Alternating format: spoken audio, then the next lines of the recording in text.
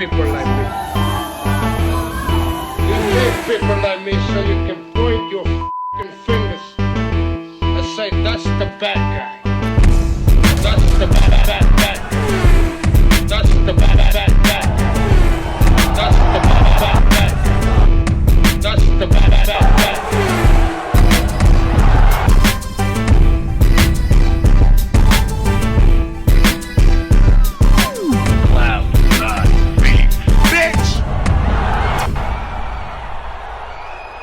Welcome to the motherfucking relay. We're covering today's top boxing news. Off of a unanimous decision victory, November 9th against Karen Chukhadzian. The bout didn't go the way that you wanted it to go. What happened? It was, I just went in there and then, it just, like when you fight guys that you already beat already, it's like kind of like hard to get up. And I thought I did a good job of, in camp of, trying to get up for this guy, but I for exactly how I trained, like just was like on some lazy stuff, not being myself, not being sharp, and not having as much fun. I from like 1 through 5, I probably had a little bit of fun, but after the 1 through 5 and 6 through 12, I just like, I don't know, I guess not frustrated, but like just the holding and it just was a lot of things going on, holding and just a lot of things was going on, and like and it just there's a lot of frustration, and I definitely did not like my performance at all. And it's being overanalyzed. How he looked against Karen Chukhadzian in the first fight, why he looked the way that he did in the second. The answer is simple. He's not as good as you thought, and Karen is better than you gave him credit for. Jaron himself, in spite of whatever he said in the build-up of the rematch, is now saying, after the fact, that he just wasn't motivated for a guy that he already fought. I don't buy that. No, I don't believe it. If it were easy to beat him, and if it were easy to dispatch him, if it were easy, then that's what you would have did. If it wasn't easy, it's because he's better than people are giving him credit for, and perhaps you're not all they made you out to be. But that's on them. That's not on Jaron Ennis. Whatever expectations people had going into the first fight, going into the second fight, that has more to do with them and less to do with Jaron Ennis. How so? Because you're the ones that thought it would be easy. Why did you think it would be easy? What, if anything, was that evaluation based on? Because it seems to me that if you have that to reconcile, it's because you're the ones who put him on a pedestal in the first place. So that when he goes out there and he doesn't look like a monster, he feels like he's let all of you down. He feels like a disappointment. Many are disappointed because those individuals are the ones who built him up in their own mind. When the entire buzz around you and the reason that everybody's talking about you is because you're supposed to be the anti-Crawford. Not only are you supposed to be as good as Crawford, you're supposed to be better. Stronger. All of which was a marketing ploy devised by Showtime to shield Errol Spence from Terrence Crawford by putting Boots in Errol's place. That doesn't make Boots a bad fighter. But he never did anything for you to say that he was a great fighter. Showtime is where you got that idea from, because they're the ones that told you, and for some reason, you believed them. These expectations have more to do with you than they got to do with him. Rumors? You want to talk about that? Yeah, it was just a lot of just like false information going around, fake news.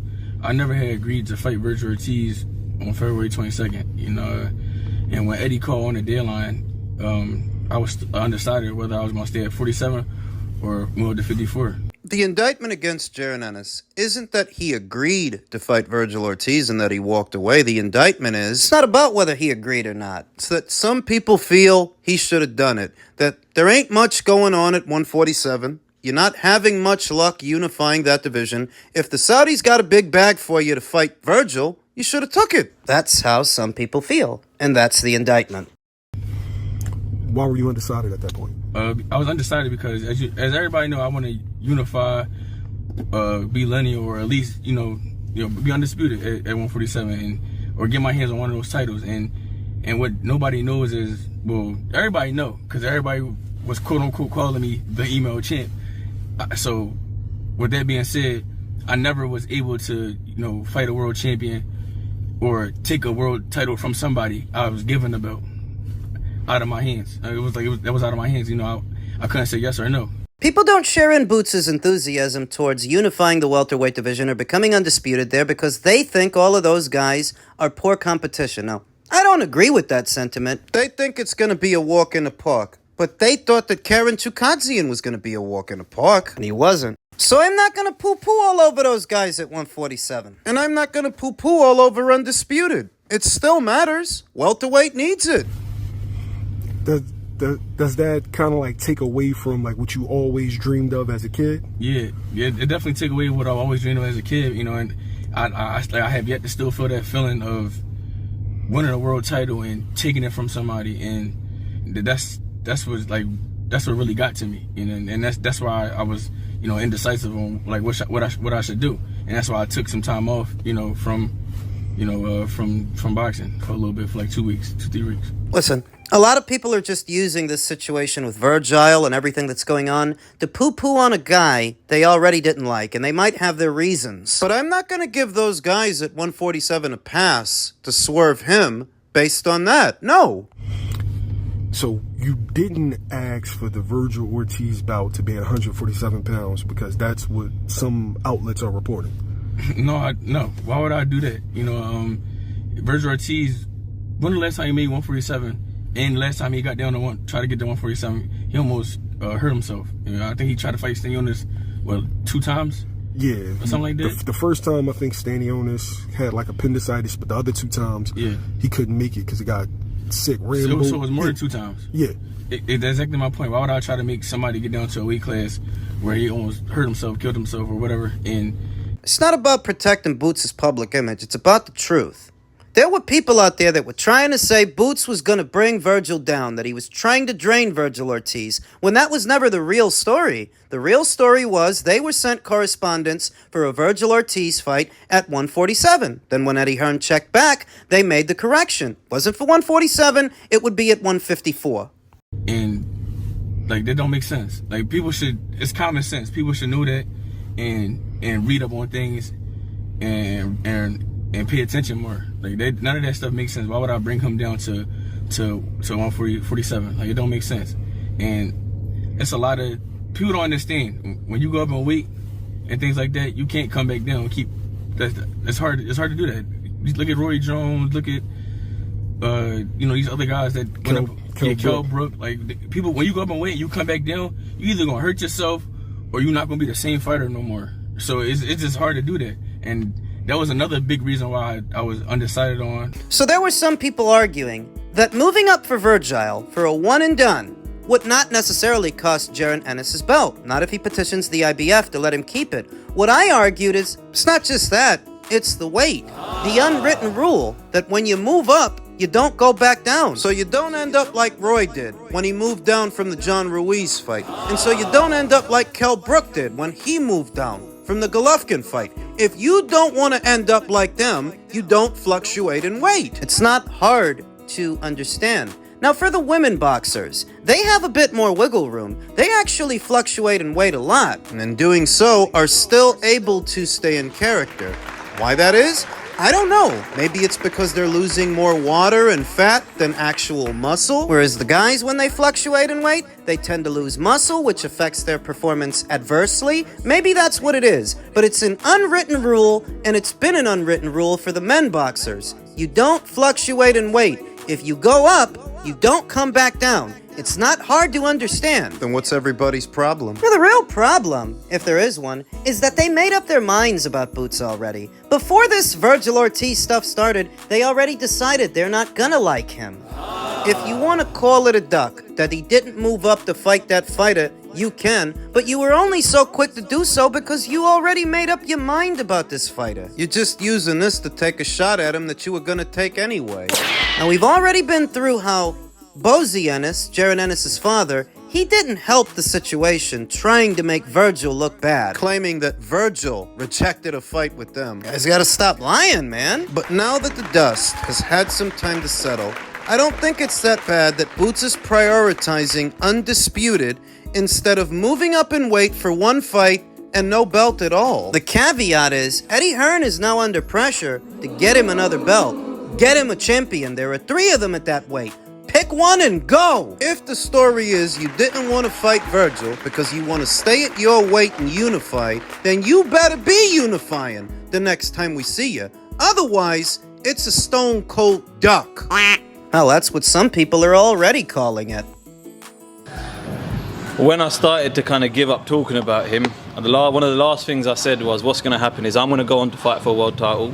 Conor Benn's going to do the same, and he's going to be left in the lurch. And what's happened? Exactly that. They can't reach negotiations for whatever reason. I don't know, but I said it before. He's going to be left in the lurch, and he's going to think, fuck, I should have took the Hamza Sheeraz fight. And that's exactly what's going to happen. But listen, like I said, God willing, inshallah, I'll get the win. It still makes a big fight, doesn't it? It still makes a big fight, but he'll have to understand that I'd be the A side. But listen, for that to all happen and for that fight to happen, I have to get over Damas. What? He's blown that. Yeah, but his claim was why he turned it down was like, look, down the line we can make 3 times the amount as much. And this isn't meant in a disrespectful way himself. Is that He's like 50 years old? Yeah. Do you know what I mean? He's getting on now. He's getting on in terms of boxing. That makes no sense as well. How can you turn down? I think it was 5 or 6 million.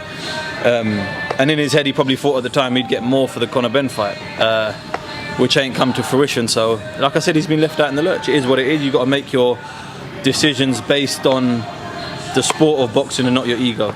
It is hard to understand Chris Eubank Jr.'s rationale. You walk away from a multi-million-dollar payday against Hamza Sheeraz, seemingly to go have a fight with Conor Benn, which is worth a lot of money, but then you make it to where that can't happen. You start hardlining them, playing hardball with them, so that you can end up fighting Lara, which I'm not against, by the way, for Lara's WBA title. But I think we can all agree, Chris will not make boxing Erislandy Lara what he could have made with Hamza or what he could have made with Conor. That comparatively, that fight pays a lot less. And it's against a more experienced fighter than the both of them. Lara is more experienced than Hamza Sheeraz and Conor Benn. Eddie Hearn was asked about it.